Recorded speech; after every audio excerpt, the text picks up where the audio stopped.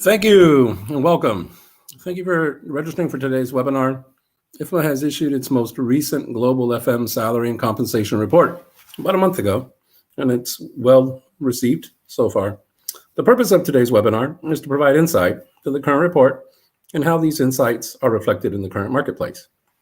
If you could, please like the video, as well as comment where you're currently located or tuning in from. And please subscribe to our channel, and please turn on channel notifications. Our panel comprises of Dr. Jake Smithwick, Assistant Professor, University of North Carolina at Charlotte, Dr. Stephen Call, Assistant Professor, School of Design and Construction at Washington State University, Chris Stemman, Vice President of Human Resources, Yamaha Motor Corporation, and John Carrillo, CFM and IFMA Fellow, as moderator. Jake, over to you.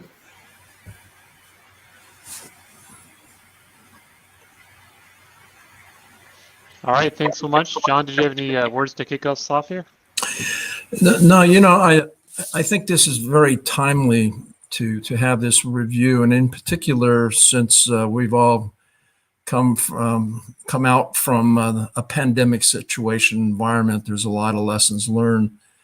And lessons learned in terms of what businesses, whether they be public or private, are doing as a result of increasing productivity, hybrid environment, and the increased expanded role of facility managers.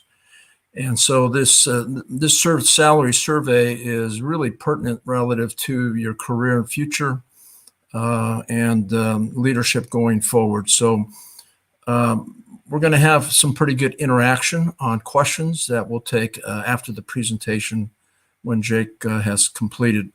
But please do, in the meantime, ask questions on the private chat, and we'll try to tee those up when it's appropriate to answer questions. Jake? Sounds good. Thank you so much, John, and thank you all for being here today. We greatly appreciate it. So let's go ahead and dive into this. Today's agenda, what we're going to talk about is we'll go through some of the demographics for facility managers, compensation profiles, some of the benefits that we're seeing nowadays, and of course, different educational trends that are offered to FM. A little bit about our group, our research team that helped put this together. We are with Simplar. We are a group of researchers and educators. Like was mentioned, I'm at UNC Charlotte. Steve is at the Washington State University. And we work with a lot of FMs and different owner groups to deliver facility benchmarking, project delivery, and other items related to this. We've worked on a lot of different things over the years, seen a lot of different things, and so we're happy to partner with IFMA on this particular study. So let's go ahead and dive into some of the background on this particular report. In 2010, IFMA published the Facility Management Staffing Report, which summarizes some basic trends in the FM field. A year later, they published the Profiles Report, and since then, there's been nothing really major that has been published since that point in time about a facility demographic standpoint. Now, as we all know, over the last 10 years, a lot has changed. We've had a global economic recession. That was, of course, 2008, and we're pulling out of that. Of course, nowadays there's, from the pandemic, there was a recession from that as well. Advances in technology, labor shortages, we're dealing with that significantly today, and we also dealt with that in late 2010, 2011, that time frame. And of course, I think a lot also has changed the last 10 years is a better understanding of facility management as a career, as a profession. And so because of all these changes here, this report is timely, and we're glad to present some of the major results with this. So the way we put together this report is that we reviewed questions from previous FM salary surveys. So we took the previous studies, we looked at the questions, we had a group of subject matter experts who pilot tested their survey, provide their input, and we also sent the survey to about 12,000 IFMA members in February of this year. So the data that I'm going to present here is very recent, very new data, and is, as it were, hot off the press. So we're glad to present that and talk about some of the results. Now, just a quick sidebar comment is that when you do research, you like to look at how many people are responding and the proportion of people who are responding. We had 3,500 people respond to this particular study, which is a 30% response rate. And from a research standpoint, this is fantastic. Right, so we're very happy at the level of interest and level of participation on the study. One other note here is that all the currencies that will be presented today, this is a global study, but for the sake of convenience, all dollars and salary data will be presented in US dollars. And you can certainly convert that based on the April 21 currency factors and adjust that to your local currency. But all dollar figures are USD. All right, some other data here too to keep this in mind. We only considered salary and hourly data as most respondents were these categories. Commission or contract folks were not well represented in the study, so the data we do present is only for these types of folks. The other thing here too is that we'll present data based on different levels of jobs. So a level 1 respondent is somebody who is perhaps brand new to the profession, or what we might call a starting position, whereas a level 5 is your senior executive, has substantial management responsibilities, and then everything in between here. And then lastly is that in general, we report the averages, which is you take the sum of everything we're looking at, so sum up all the salaries and divide them by the number of people that provided that data. That's the mean or the average. Occasionally, depending on what the data looked like, we might use medians, which is you take all the numbers, chop it in half, and report whatever number is in the middle. But in general, we do report means, and that's important because as you look at this data, to match it up with what you might be experiencing, is important to understand what that looks like. Okay, so some other details about the FM job profile here. So most people we talk with are employed. 96% of the people we talk with were currently employed. And this is reflective of probably not a sampling error, but the fact that people we talk with currently had jobs. And that's why most people are currently employed. As of the report, and this has not really changed since 2011, the last 10 years, most respondents were predominantly male, with 22% of the respondents being female. This has not changed significantly over the last 10 years, and there's other ongoing studies to identify this and better understand these trends here. Another trend too is that most FM professionals are well educated. 70% of the respondents have some sort of degree, with 43% having a bachelor's degree and 26% having a master's degree. Overall, there are increases in the level of education since 2011, and I will certainly talk about some of the details of this in other future reports and other studies related to this. Other people we talk with, about 80% of them are in-house folks, meaning that they're employed directly by the organization that performs these services, and 20% approximately are contracted out. So they come in, they're hired by the owner to provide FM services, and that represents about 20% of the respondents. Now, in terms of how respondents are paid, a vast majority of them on a salary level basis. So that's a fixed salary, and then of course there's options for bonuses and other benefits, but most of the people we talk with and that are reflected in this study are salary level type of folks. In terms of demographics, you can see that the age distributions here, have been some changes over the last few years, and Steve can talk about that a little bit more here in a minute, but 40% of the respondents are that 43 to 57 years old, and then there's other adjustments based on that as well. Now, when we look at bachelor's degrees and what types of options are provided to us, most people that when they do have a degree and they are a facility professional, 24% of them are in business management. Engineering is 22%, and then FM is at number 3 at 12%. Now, what's interesting is that as you look at all the major bachelor's degrees that FMs have, FM is the only one experiencing major growth at both the bachelor and the master's degree level. So it's relatively speaking, it's not a huge portion, but it's definitely going up for the last 10 years, and that's exciting, and that's certainly something that we're keeping our eye on, because that's what we find is that people with those types of degrees tend to advance much faster in the facilities profession compared to perhaps other types of degrees. In terms of master's degrees, this is the breakdown of masters. So you can see that business managers at 35%, so like your MBAs, and they have other types of degrees as well.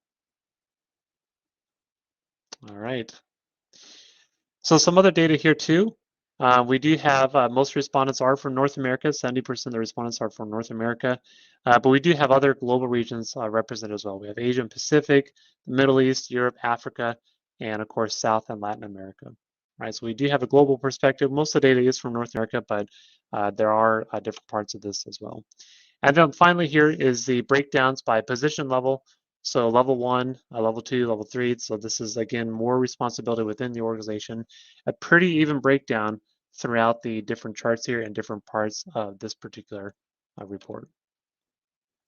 Now this one here is a really interesting thing as we looked at is how much management experience do folks have at different levels within the organization. So level 1, these are your new folks before they come into FM. They typically have about 11 years of management experience, 7 years at their current employer, and 6 years at their previous employer. And what we're seeing here is that there's some slight changes that as people tend to move up in seniority or responsibility level, that they tend to stay longer at their current employer compared to perhaps those that are just coming into the career field. Now, we also have some other interesting data too, is that for younger respondents, and what we define that as is people born after 1978, they tend to stay at 5 years with their current employer, where those born before 1978 tend to stay for an average of 8 years. So the reason why we're looking into this further here, but this is interesting because what we're seeing is that typically for younger or lower level FM professionals, you might need to change employers more frequently for career growth opportunities. So for pay raises, compensation factors, it's certainly something that's been interesting to look at this as we go forward here. Now, in terms of management responsibilities, we looked at what level our folks have. So you see your level 1. So this, again, your new folks. Level 5 are your executives. How many people or how many staff do they manage? So number of FTEs. So typically, on average, nobody at level 1 and 15 at level 5. This is the total square footage, gross square feet of area that they're responsible for, the annual operating budget, and then the annual capital budget. So the reason why this chart is valuable to us here is that if you look at your own personal responsibilities and what level you might be considered at, and compare that to your compensation profiles, this might be something to look at and say, hey, what am I looking at here relative to what my responsibilities are relative to here's what I'm being compensated at, right? So one thing that we have a lot of expertise here in the panel to one question I wanted to open things up here for folks that are on the call here today is especially for John and Steve is when we think about educational opportunities for FM providers or even owner organizations, what are you seeing out there and what's kind of the value of education as a recruitment tool and to bring people into this field? John, do you want to kind of kick things off here and kind of talk to us a little bit about what you're seeing out there? Yes, when you look, actually, this question is posed with service providers, and some of the larger service providers you're familiar with, like JLL and CBRE, et cetera.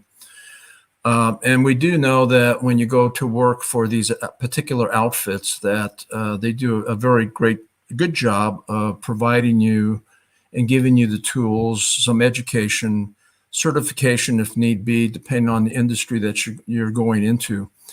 On the other hand, we do know that a lot of corporations and and also the public sector is beefing up educational opportunities, and as a result, the educational opportunities, the more certifications you have, the higher salary and the more likely that you could be a high potential capabilities by having more education, and the education will help you to go across the board to get more experience.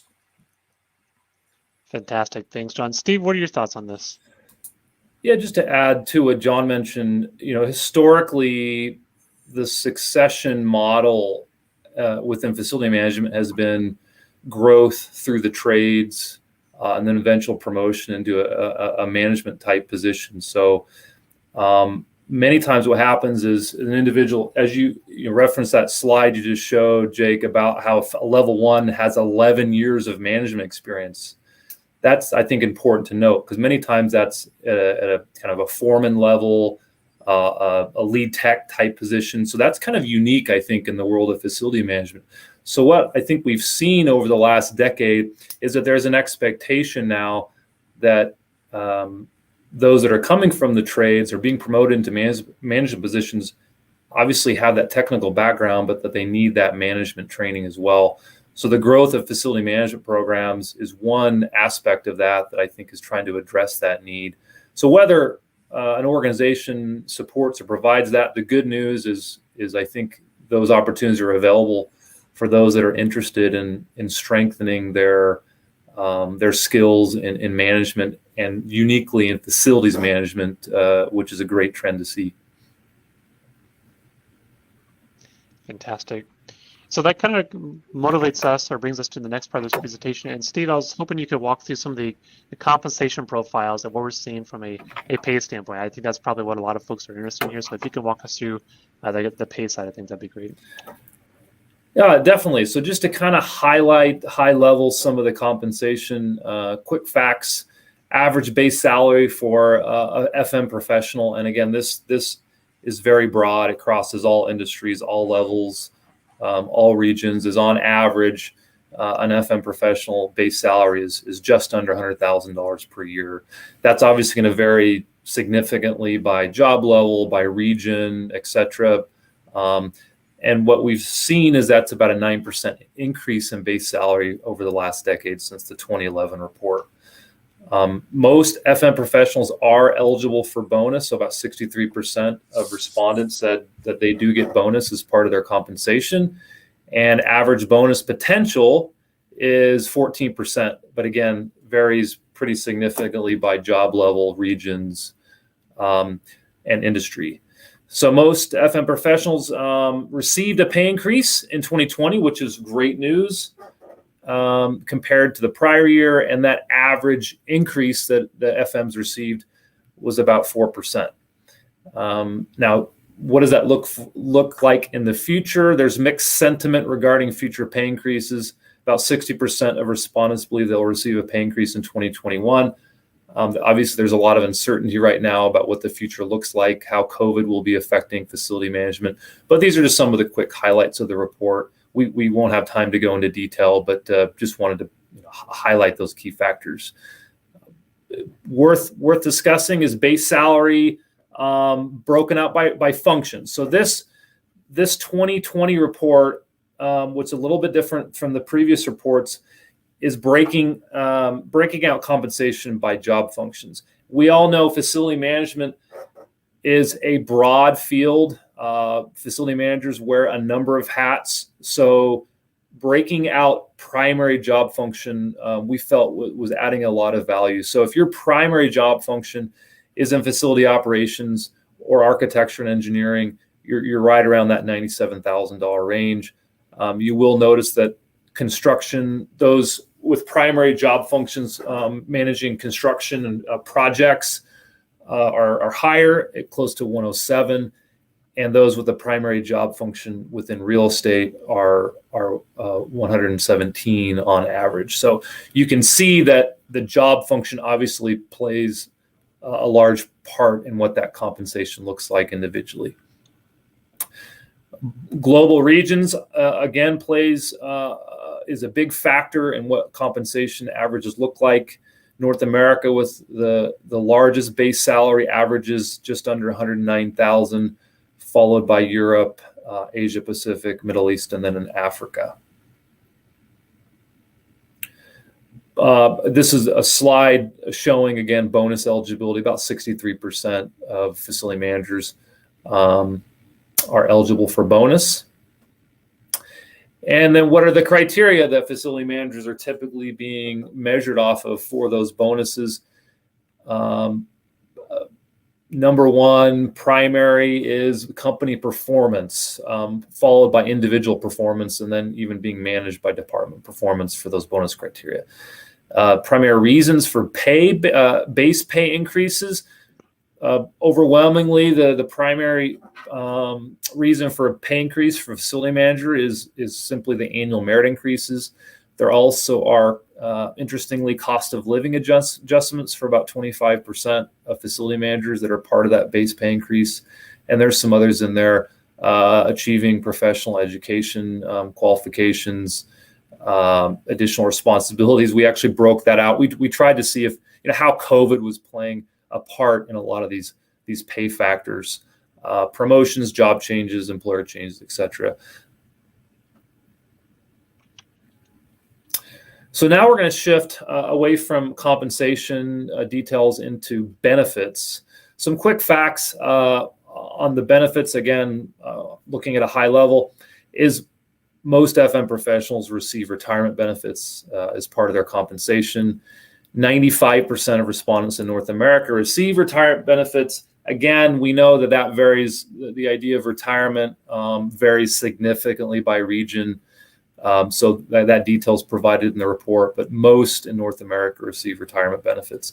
Most common type of employer-provided retirement benefits for FMs is defined contribution, or a 401k as an example. On average, FM professionals receive about 4 weeks of paid vacation per year, but that does not include the 4% of respondents that had unlimited or unaccrued vacation time. So that's an interesting trend that will be interesting to look at, to see that primarily is a trend or a benefit that started within the tech industry as far as unlimited or an unaccrued vacation time, and to see how that spills into other industries is going to be an interesting trend to follow. And then lastly, on a high level, quick fact is FM professionals currently have on average about commute times of about 8.2 hours per week. Obviously, this is a slight decrease since before COVID. And so it'll be interesting to see how that changes over time. If we know that working within the built environment is not always an option or practical to work remotely, but it'll be interesting to see how a lot of these jobs in the worlds of facility management that don't require kind of day-to-day operations, how that looks into the future as far as work from home options. Quick look of retirement benefits. As I mentioned earlier, defined contribution makes up about 3/4 of those who have retirement benefits, followed by defined benefits, which is a pension, for example. Insurance benefits, large majority of facility managers have health, dental, life, vision, and then looking at long-term care, mental well-being, short-term care, about half of respondents have those type of insurance benefits. Overall pay and benefit satisfaction level. This is really interesting to look at, to say how are facility managers feeling about their pay and about the benefits that they're given by their employers. So you can notice from the graph that a large, significant majority of facility managers are very satisfied with their pay. There are those who are obviously dissatisfied, but it's a small minority of facility managers, which is good news. I think that shows that facility managers are being compensated fairly. Obviously, there's unique circumstances, but that's a good trend that we're seeing as far as satisfaction levels.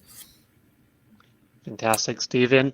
It's kind of interesting. One of the things you had brought up is that some employers are offering, unique benefits like unlimited vacation time, or other types of unique things to entice people to stay in the industry or to look at other opportunities. And so I wanted to ask Chris, who has expertise in human resources, is a vice president, so he deals with a lot of these different issues.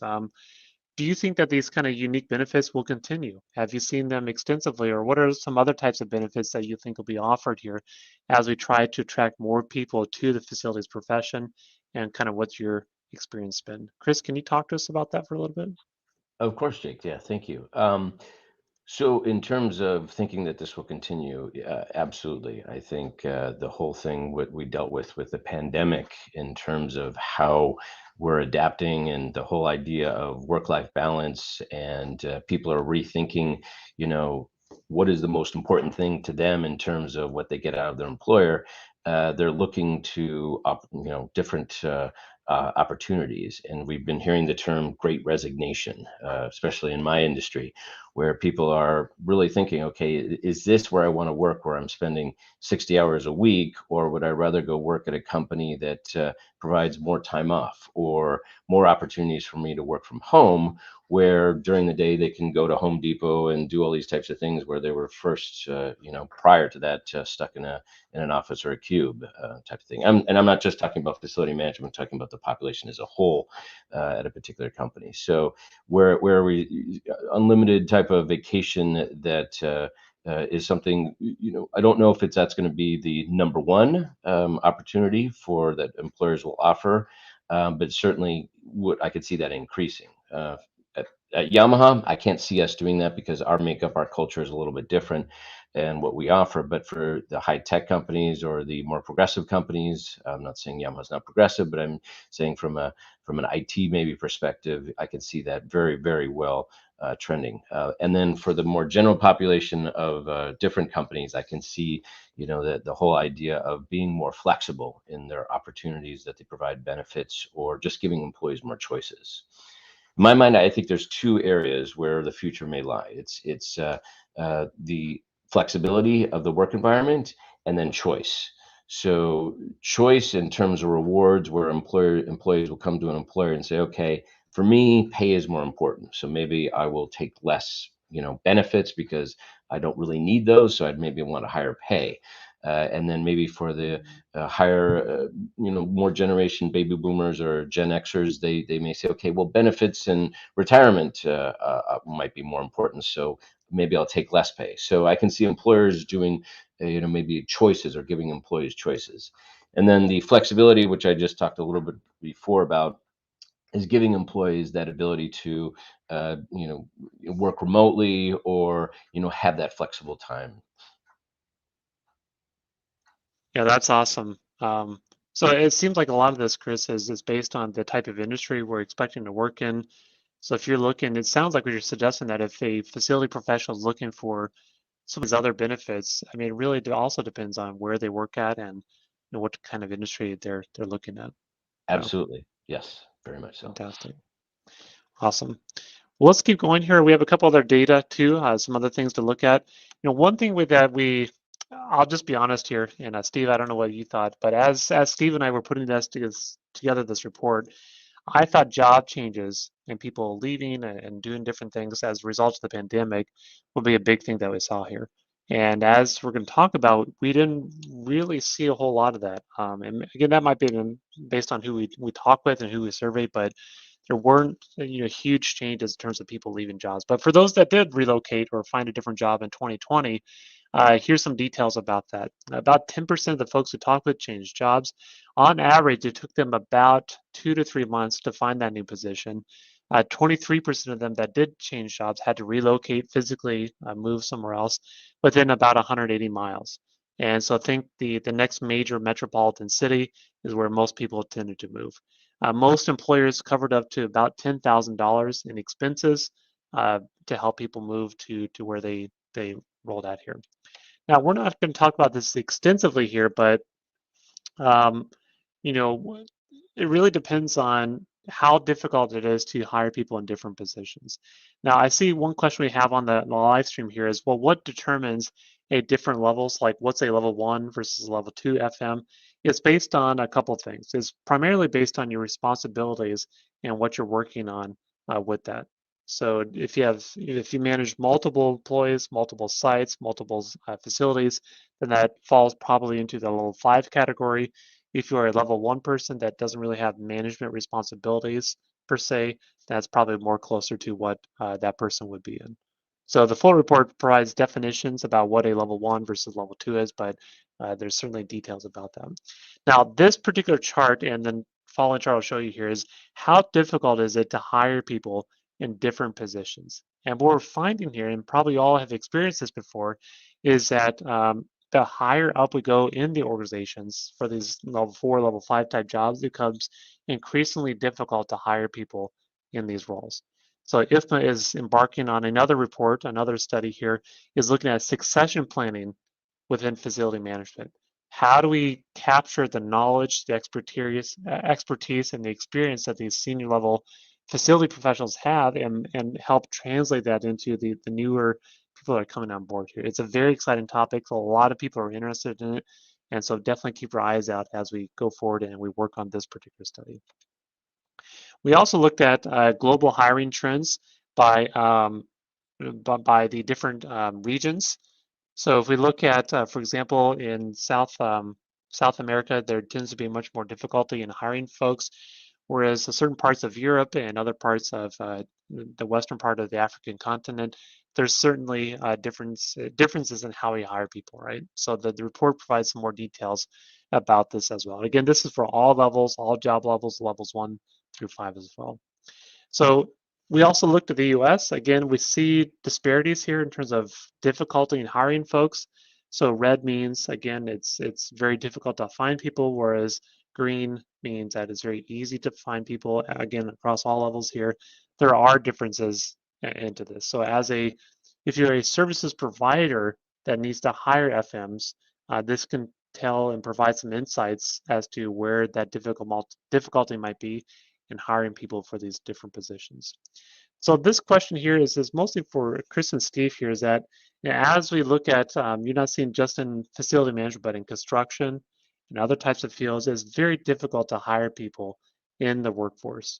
We're seeing a lot of challenges with that. So when you think about how we, again, recruit people more into our profession, in spite of all these challenges we face, what do you think we can do to help resolve that? What are your thoughts on the next 3 to 5 years in terms of how we do a better job recruiting people into our facilities profession? So with that said, Steve, do you want to kind of kick things off here and offer your thoughts on this? Yeah, sure. Over the last decade, the facility management industry has made great strides in improving career paths into the profession. So a decade ago, what was constantly discussed was how do we bring new talent into the facility management workforce?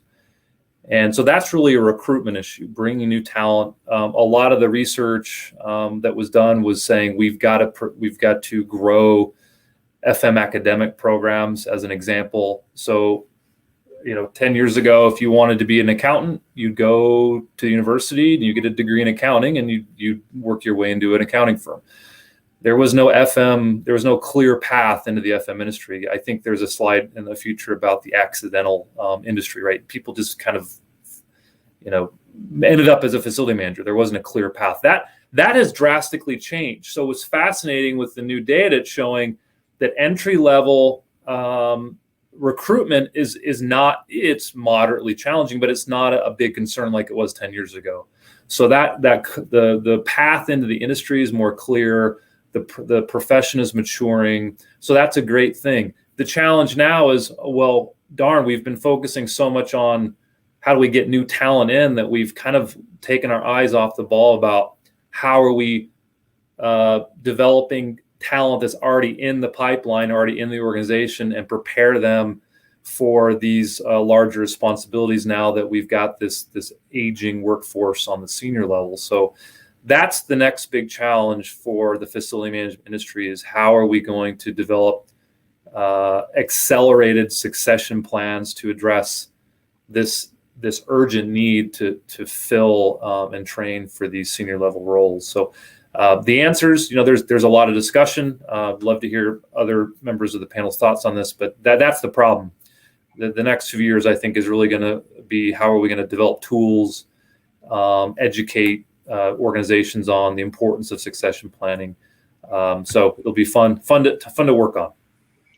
Great, thanks, Steve. Chris, what are your thoughts in terms of recruitment? I mean, you deal with a lot of this. How are you bringing people into the workforce here? Any thoughts on that? Yeah, I guess there's a couple of different answers. One, maybe to your initial question, and I'll come to the question you just asked. But the initial question is how do you get people into facility management? Now, I'm going to talk from a very layman perspective, but I do actually find this pretty exciting time for facility management professionals, based in part to what we talked about earlier in terms of what people are looking for in terms of their employer. Because right now, many employers are, really considering, do I need the brick and mortar, or do I, can I do some hoteling aspect? Can I, like REI, they said, okay, I'm just going to get rid of all facilities, and where everyone's going to work from home. So right now, facilities, I think, is in an area where there's a lot of strategy. And I think if you want to get people into the industry, we have a number of professors on the panel here is at different colleges trying to recognize, which I know everyone does, just how important facility management is going to be to the sustainability of businesses, trying to get people in, because it is all about people, and that's what is facility management. So I think think from a getting more people into the field, tying it into the business degrees or the HR degree, all the other areas where there's some tie-ins. And then to the one question that you just asked, as far as trying to get recruitment, earlier, Steve talked about how important education is. I think, when we look to hire facility professionals, and we have a number of facilities, we do look for professional organizations like IFMA, or actually going to university. So that's where we go to. And I think the establishment of IFMA, what you're doing here, most of the folks, as with the data you have, are educated, and I think that's where our focus is. So when we look at that, we primarily focus on the professional industries as well as colleges.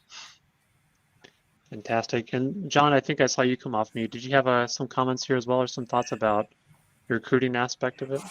Yeah, and I'm going to tie it to one of the comments that came in, what determines the levels. And I think it's important to echo what everyone said. There's a lot of incumbent workers that are going to community colleges and getting certifications, and they do have the potential to get into the first and second level as managers. When you look at an organization such as facility management, you need the leadership, you need to have capable managers, and you need technical people. So when you're looking at the levels, it doesn't necessarily mean that you go from technical to management to leadership, because that depending on the size and operation that you have, there'll be different levels within those three categories of leadership, management, and technical. So obviously, there may be more opportunity for you to grow at a large corporation. And then I want to dovetail this with another question that talked about service providers. How can I grow being a service provider, or how do I get exposure working for a particular company? And that's a two-sided street. Generally, service providers hire individuals that have a pretty good skill level and education level, but it's really up to the company. If you decide, hey, I'd like to get a job with this particular company, sometimes that happens after spending time working for that particular company through a service provider, and they'll hire you. But again, keep your eyes open to what is your destiny, what are you trying to accomplish in the public or private sector, and the type of industry. And there's advantages to working for small companies and large advantages, I believe. That's what I did, working for, Fortune 100 to 1,000 companies. Sorry for being long-winded, but I thought I'd cover 3 or 4 things here. No, absolutely. That's great. Jay, can I add one last thing? I Yes, appreciate Steve, John's comment, but you really have, the FM, the competencies for an FM vary significantly, as John mentioned, by industry and by job level. So,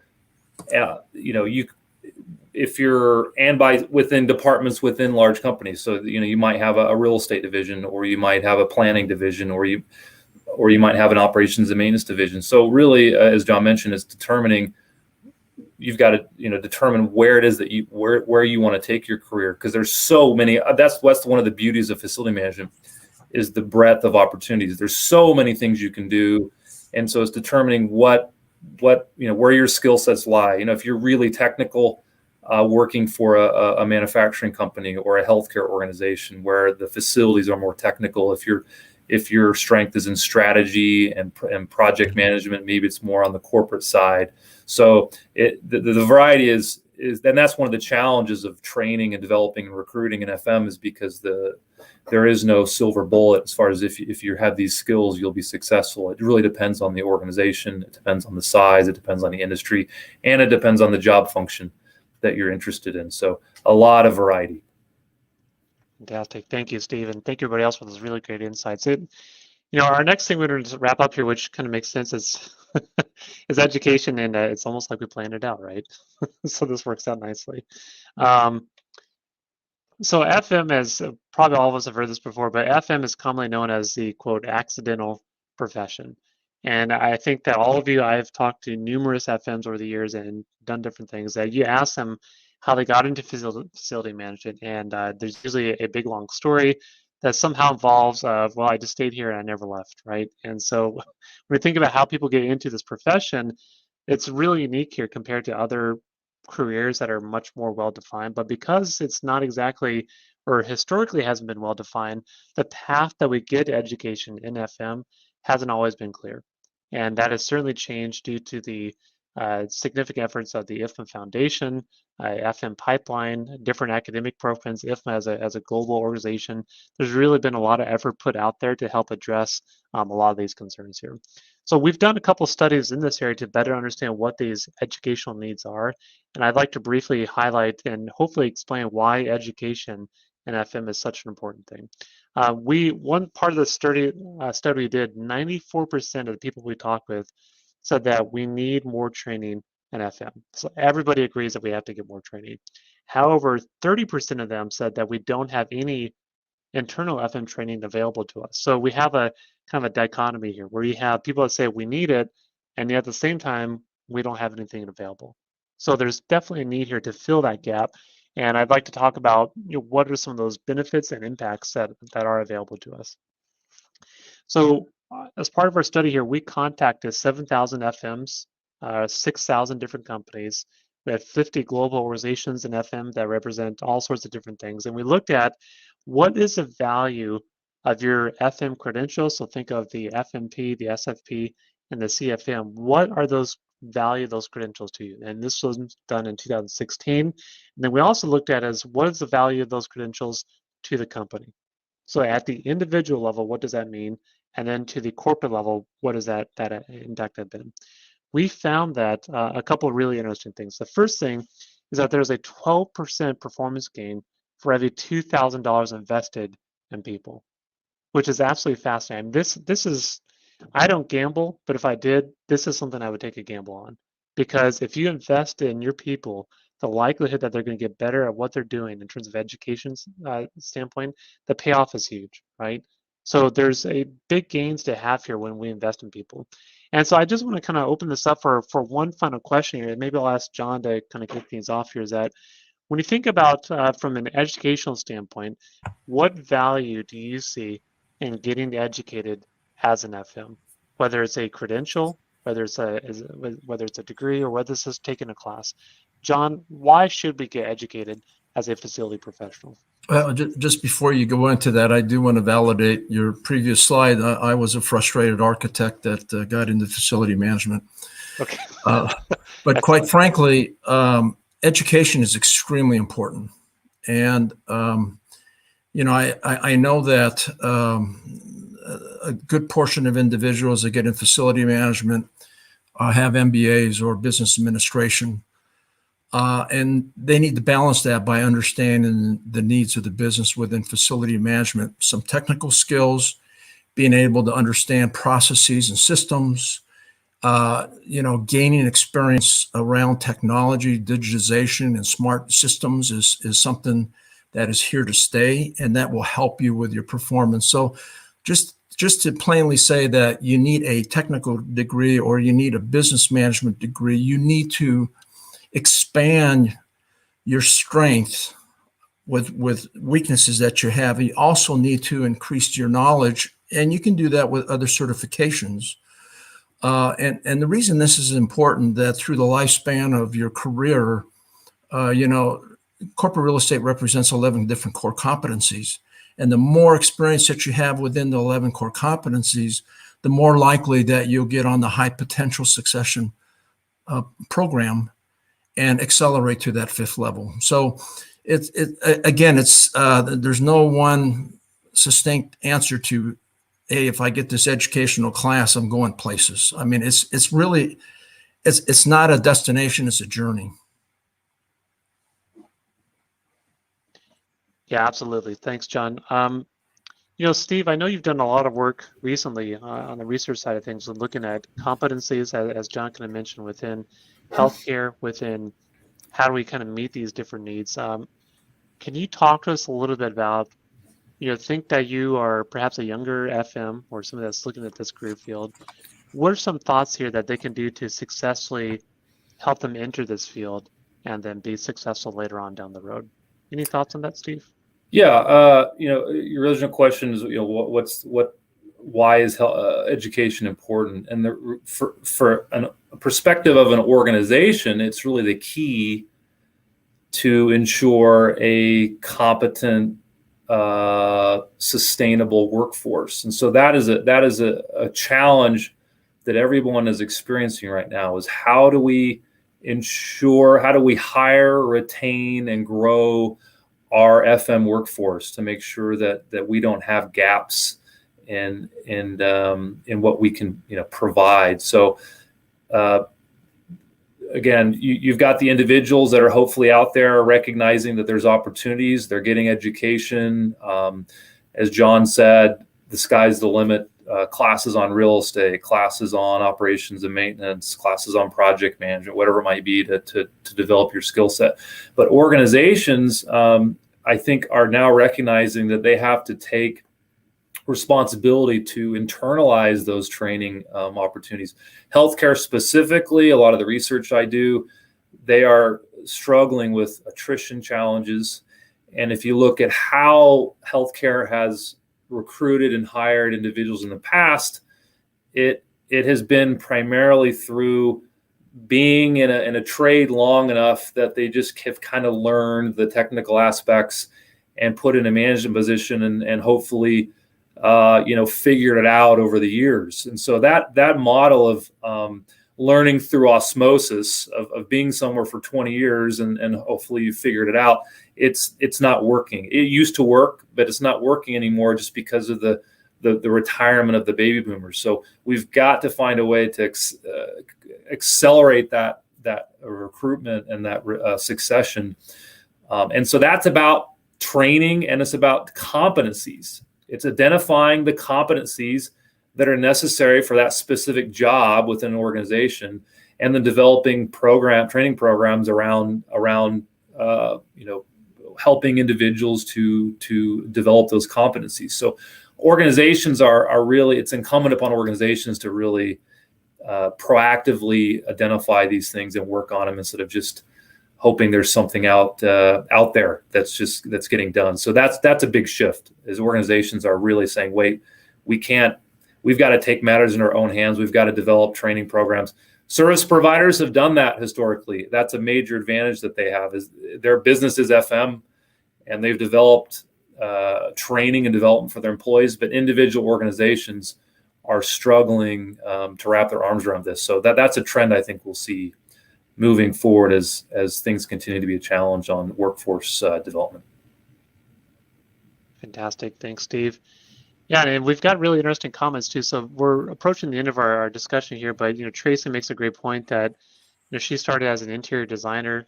She started as an interior designer, but how do I kind of move in through my career? And I think education is a great way to help carve out some more of that different skills and different opportunities that you're looking for here, right? So, and this really kind of brings us all to the main point, is that we talked about a lot about the company benefits from that standpoint, but when you look at the benefits to us individually, and again, this is not a sales pitch at all for education, but it's just the data is so obvious that when we look at some of this stuff here, it's really important to look at some of these things. Here's another really interesting fact. Jake, yes, John, go ahead. There's two questions relative to, how do I get hired overseas, and also to Tracy's question about the Middle East. Yes. And, there's different cultural aspects, and there's different cycles of where various countries are within FM. So it's important for you to understand if you go in certain parts of the Middle East, they're using nothing but digitization, smart technology, and other locations across the world. There are several steps behind. So understand the geography that you're going into, a little bit of the culture. But if you do want to, and you've made up your mind on what industry you want to get into, make sure you look at those corporations that are international. That's one way to, if you're here locally or in Canada and you want to go overseas, you want to look at it that way. So that's an opportunity for you to cross the pond wherever you desire. Great, thanks, John. We have another great question here too from Eric about, different examples that come to mind of, owners or public sector training programs as opposed to, large service providers. So I think there's a couple options available. I know that IFMA has the training and credentials program that's certainly available. There's also different academic programs. I know that we have for example, here at UNC Charlotte, we have a master's in facilities engineering. Steve at Washington State has an undergraduate program in construction. Arizona State University has an online FM program. There's certificates and credentials and different things too. So there are options available to get that training based on the level of interest and the different types of things that you're looking to get into this. There is training available, and that really segues nicely into my kind of last points here, is that when you think about the impact that we have here as a trainer, as somebody that's looking to invest in ourselves here, our research has shown a 15-to-1 return on investment. Again, like I said earlier, I don't gamble, but I'll tell you what, these kind of odds are amazing. For every dollar you spend on getting yourself trained and educated, there's a $15 return on that investment. And we looked at, again, thousands of people. It's over a 5-year estimate, based on what these returns on these investments and your education. So it makes a difference. Being trained, getting credentialed, in whatever way you do that, absolutely makes a difference. Now, some other reasons when you think about the training benefits is that it increases your salary and earning potential. $6,000 a year on average we found for those that are trained and educated, or 7% on average. Meet your goals, get promoted. I mean, we've seen that significantly. In fact, we have a follow-on study that's looking at what do promotions tend to look like for those that do get training or advanced degrees, and how does that make that a little bit easier, right? So when you think about when you're looking at a training program, some key things, words of advice, if you will, and I certainly feel free to jump in here others, but some things that I have found that are really important to think and evaluate as you look at a training program. The first thing is that training is not a one-size-fits-all type deal, right? When I have found that when we're working with facility professionals, it has to be meaningful to their job day in and day out. If you can't learn something or take something from in the classroom and apply it to your job to make it easier, then it's not worth it. It has to make your job better, more efficient, and hopefully something that you can apply and use in your own career. There's lots of offerings available. It's about what's selecting that's best for you. If you want totally online focus, and there's programs available for that. If you prefer more of the in-person experience, there's programs available for that. If you want more of an engineering perspective, and there's programs for that, right? So really think about not just what logos you like, honestly, but more about what does it mean to you and how do you get educated effectively. And really, best fit for you depends on your experiences, where you'd like to enhance your individual strengths and weaknesses, and really what your next career move looks like. You're looking to move either horizontally or move up in the organization. That also impacts how you have an impact on that. So in summary here, I just put my email address on the screen just to help facilitate this, but you can certainly email or contact any one of us. But if you want a copy of these slides today or if you have other questions, definitely feel free to reach out here. And with that said, we have about 5 or so minutes left here. If there are any last minute questions, I see we have some comments here in the chat box, and I need to give myself a second here. But while I'm reading through this, John, did you want to offer some comments here or thoughts? Yeah, what I'd like to do is read Dean Sandberry, who is second vice chair of IFMA, has indicated, and I think we've talked about that, but he kind of rounds us up pretty well. Today, on-the-job training is only relevant to the FM's current role and responsibilities. Training and certifications demonstrate. Oh, the slide moved. Let's see. I lost. I'll finish you out, John, here. What Dean says, training and certifications demonstrate an investment in your own career and broader level of competencies. Right. And so to that end, I think it's important that you identify, what do you want to be when you grow up? What is your aspiration of facility management is facility management, but, what industry are you interested in? Facility management can be boring and quite frankly, could be boring based on the industry, that you may currently be working in. So look at it from that perspective. Also, it's not mandatory, quite frankly, that, if you have a technical degree, that you need to have an MBA. Though, if you get to the 5th level, most corporations are looking for that MBA.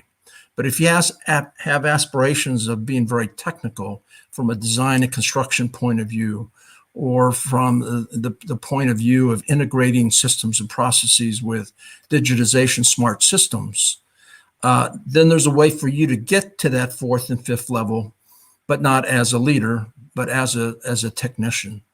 So there's ways to accomplish, salary through one of those 3 channels of management to leadership, as well as technical.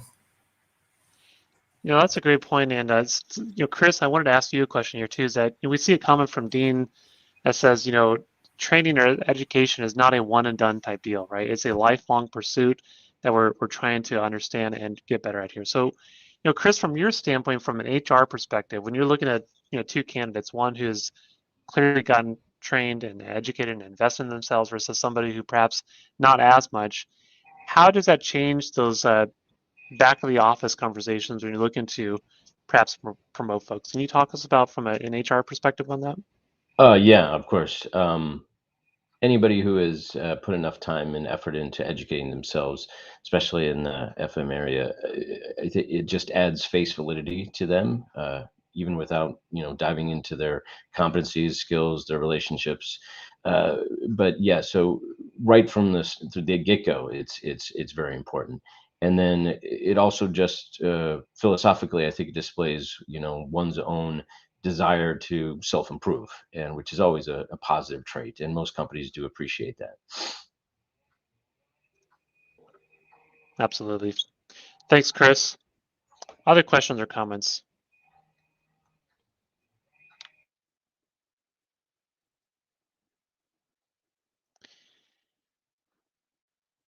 So Desmond wants to know, is IFMA going to make its way back into the UK? I will defer to John or Nick or somebody else for that question.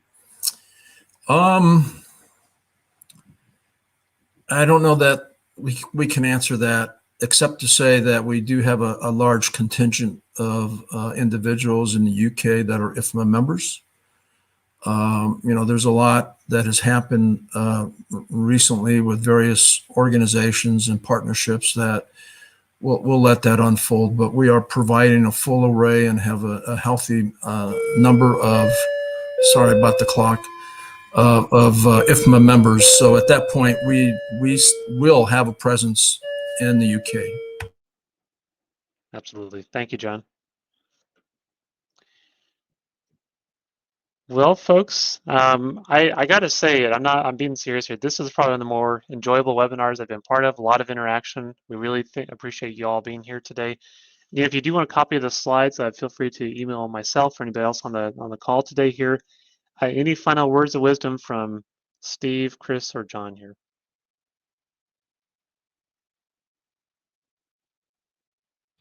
All right. So Chris, yeah. Oh, just thank you for having me. It was very enjoyable. Absolutely. All right. Well, folks, we really appreciate it. Take care of yourselves. And with that, have a great day. Take care. Bye.